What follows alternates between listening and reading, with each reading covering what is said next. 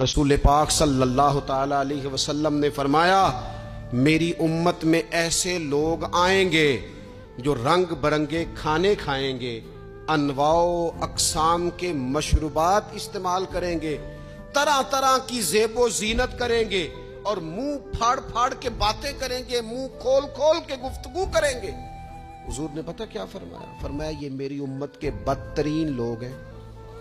ये बदतरीन लोग हैं जिनका मकसूद ही सिर्फ लिबास पहनना है, मकसूद ही सिर्फ खाने खाना है, मकसूद ही मुंह खोल खोल के बातें करनी है। इन लज़्ज़ात में जो लोग पूरी तरह उलझ गए, कोई खैर का काम ही ना कर सके, कोई मकसद जिंदगी की तरफ ही ना बढ़ सके, ये बदतरीन लोग हैं। अजीज दोस्तों, सादा खाना भी मिले तो रब की अता समझ के रगबत के साथ, शौक के साथ उसे इस्तेमाल किया जाए। इस्लाम हमें ये कहता है तुम खाना खाओ, कुलू वशरबू, खाओ भी पियो भी, तमाम जायज चीजें खाने की इजाजत है।